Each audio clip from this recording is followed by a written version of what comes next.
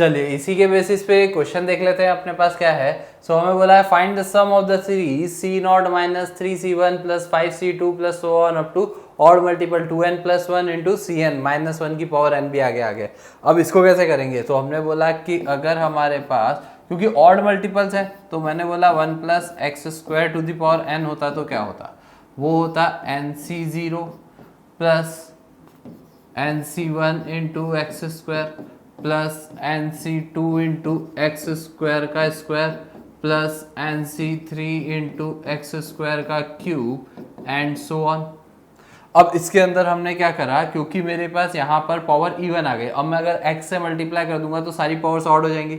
So multiply by x, so हमारे पास आएगा x into 1 plus x square to the power n is equal to nc0x plus nc1 x cube plus nc2 x to the power 5 plus nc3 x to the power 7 plus so on, चलता जाएगा। वो आखिरी term वही बनना है हमारे पास।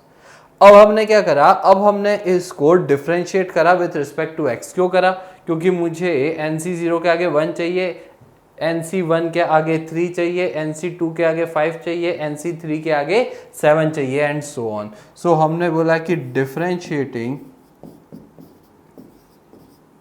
Both sides with respect to x। Next पे कर लेते हैं।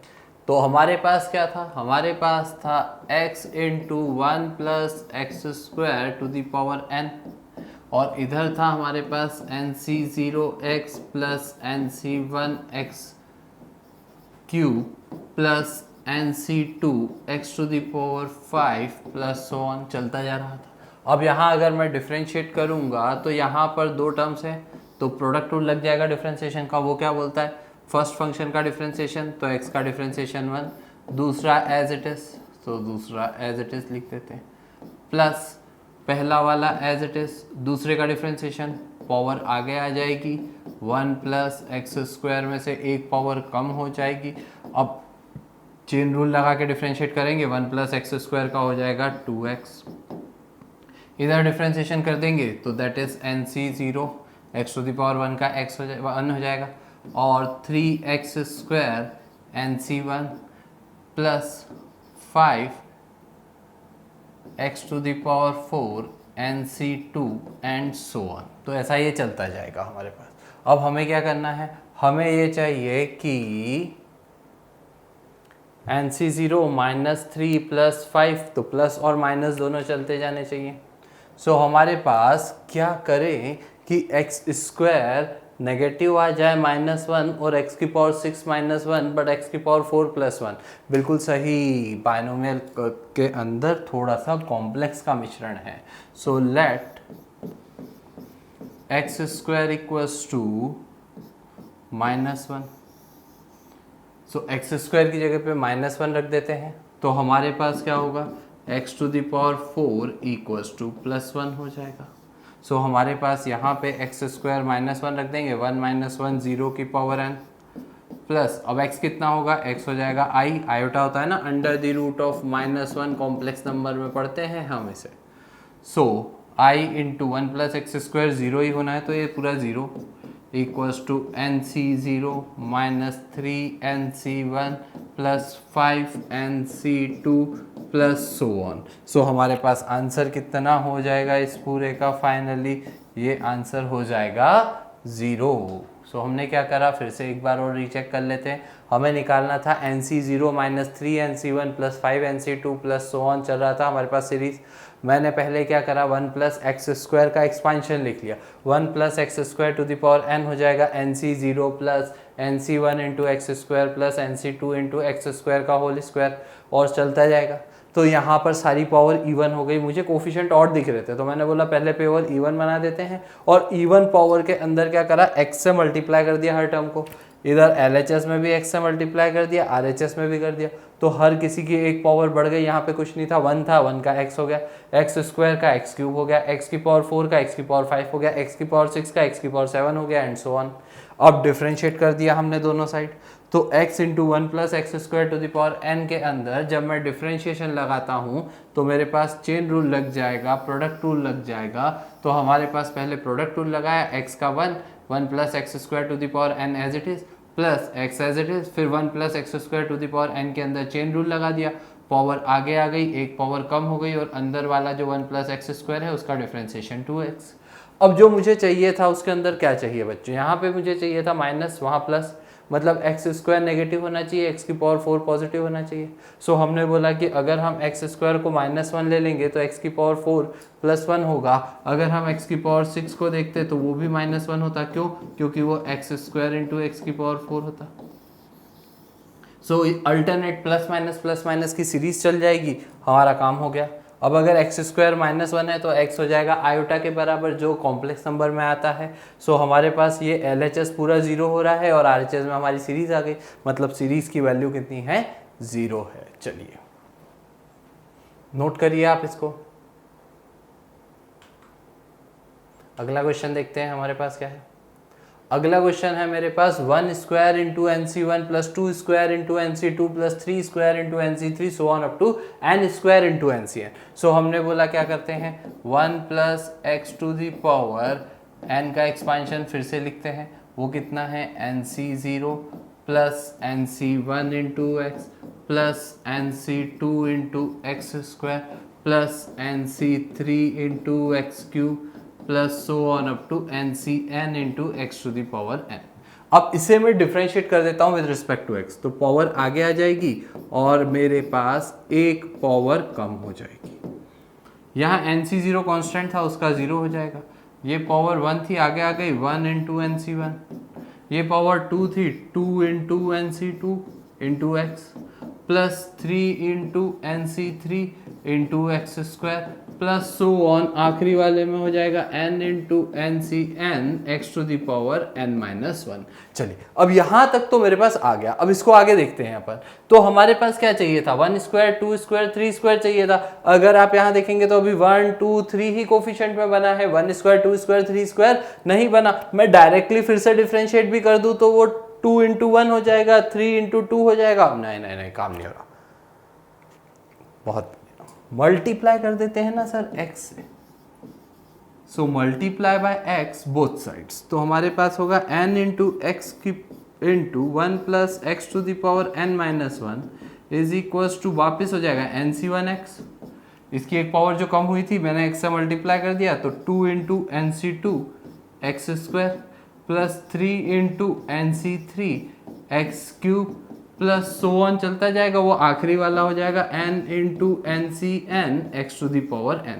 अब क्या करना चाहिए हमको, अब बिल्कुल बढ़िया बात है, फिर से इसको डिफरेंशिएट कर देते हैं। क्यों डिफरेंशिएट कर देते हैं? क्यों? क्योंकि फिर से 1 बाहर आ जाएगा, 2 पावर आगे आ जाएगी, 3 पावर आगे आ जाएगी, n पावर आगे आ जाएगी। तो मुझे जो चाहिए 1 स्क्वायर 2 स्क्वायर 3 स्क्वायर कोफिशिएंट्स के आगे वो मिल जाएगा। तो नेक्स्ट लाइन पे अपन देखें तो again differentiating with respect to x, हमारे पास क्या मिलता है इससे, हमारे पास इससे मिलेगा, यहां पर आपको प्रोडक्ट रूल लगाना है तो n as it is, x का differentiation 1 plus x to the power n-1 plus n x as it is, power आगे आ जाएगी n-1 और 1 plus x to the power n-2 और इसकी वैल्यू किसके बराबर है, वही वाले सारे टर्म्स NC1 x की पावर 1 का डिफरेंशिएशन कर ही दिया था तो ये 1 स्क्वायर बन गया था, फिर 2 square NC2 into x plus 3 square NC3 into x square plus so on चलता जाएगा। अब इसके अंदर क्या करेंगे, put x equals to 1, x1 रख देते हैं तो मेरे पास आएगा n into 2 to the power n-1 plus n into n-1 into 2 to the power n-2 is equals to NC1 1 square के साथ and 2 square NC2 plus 3 square NC3 plus so on, आखिरी वाला टर्म था n स्क्वायर NCn। क्या करा, वही बहुत ही simple 1 plus x to the power n को लिखा, बिल्कुल लिख लिया उसका एक्सपेंशन, फिर क्या करा हमने, 1 plus x to the power n का जो एक्सपांशन लिखा था मैंने उसको डिफ्रेंशिएट कर दिया। पर मैंने ऐसा देखा कि क्वेश्चन के अंदर मुझे चाहिए 1 स्क्वायर 2 स्क्वायर 3 स्क्वायर, सो मैंने क्या करा, उसको पूरी इक्वेशन को LHS RHS को x से मल्टीप्लाई कर दिया। x से मल्टीप्लाई करने के बाद मैंने उसे फिर से एक और बार डिफ्रेंशिएट कर दिया, तो हमारे पास ये पूरी की पूरी सीरीज बन गई जब x इक्वल्स टू 1 रखेंगे तो। चलिए बहुत ही बढ़िया, नोट करिए इसको आप।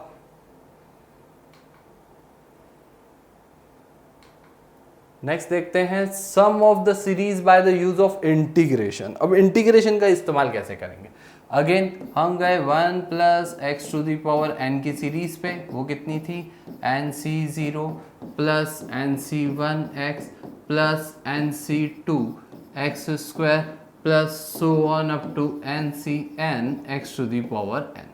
अब मैंने बोला इनको इंटीग्रेट कर देते हैं दोनों साइड, इंटीग्रेटिंग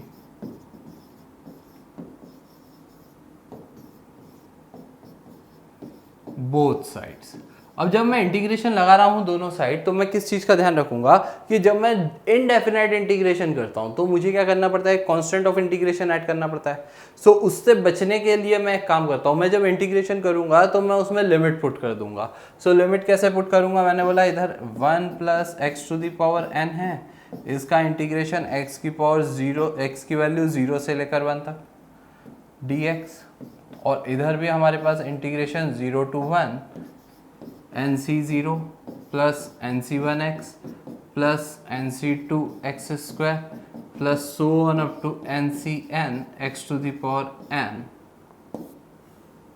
dx। चलिए तो ये अब हमको इंटीग्रेशन करना है। इंटीग्रेशन का रूल हमें पता है, पावर एक बढ़ जाएगी और बढ़ी हुई पावर से हम डिवाइड कर देंगे। सो हमारे पास यहाँ पर आ जाएगा 1 plus x to the power n plus 1 upon n plus 1, square bracket लगा दिया करो और यहाँ पर फिर लिमिट्स लिख देते हैं। अब NC0 कुछ नहीं है, मतलब साथ में मल्टीप्लीकेशन में 1 है, सो NC0 1 का integration x plus NC1 x की पावर 1 का इंटीग्रेशन करेंगे तो x square by 2 plus NC2 x square, तो वो हो जाएगा NC2 x की power 3 upon 3 plus so on up to NCn x to the power n plus 1 upon n plus 1। और इस पूरे के अंदर हमको इंटीग्रेशन में लिमिट लगानी है 0 to 1। अब क्या करेंगे, upper limit minus lower limit, पहले x की जगह पे 1 रखेंगे, वैल्यू कैलकुलेट करेंगे, माइनस x की जगह पे 0 रखेंगे और वैल्यू निकालेंगे। सो जब मैं x की वैल्यू रखता हूँ कितनी, x टू दी वैल्यू में रखूँगा 1, तो मेरे पास कितना हो जाएगा, अगर मैं इसी को देखूँगा सो मैं बोल सकता हूँ कि ये वाली वैल्यू मेरे पास कितनी हो जाएगी।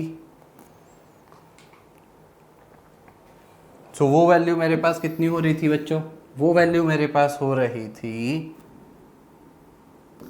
2 to the power n plus 1 upon n plus 1 minus 1 की power n plus 1 upon n plus 1। देखो हमने क्या करा, हमने यहाँ पर x की वैल्यू पहले 1 रखी तो 1 प्लस 1 2 हो जाएगा, अपॉन में तो n प्लस 1 है ही सही, फिर x की वैल्यू पर 0 रखेंगे तो 1 प्लस 0 1 ही रहेगा।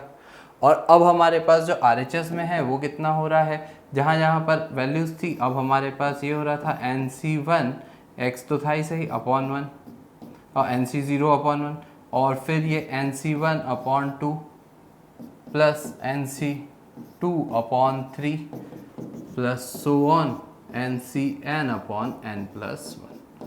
क्यों, क्योंकि यहाँ पर जब आप इंटीग्रेट करेंगे तो पहले x की 1 रखेंगे तो 1 1 1 तो कुछ नहीं होना, पर 0 रखूँगा तो सारे टर्म्स 0 हो जाएंगे, तो हमारे पास कुल मिला के ऐसा आ जाएगा। तो हम बोल सकते हैं कि ये जो इंटीग्रेशन है वो किस फॉर्म के लिए है, जब CK अपॉन m प्लस 1, देखो यहाँ पर CK अपॉन m प्लस 1 मतलब कि मेरे पास CM अपॉन m प्लस 1 का ही फॉर्म चल रहा है। सो मेरा ये आंसर आ जाएगा। तो that is the reason we use integration. चलिए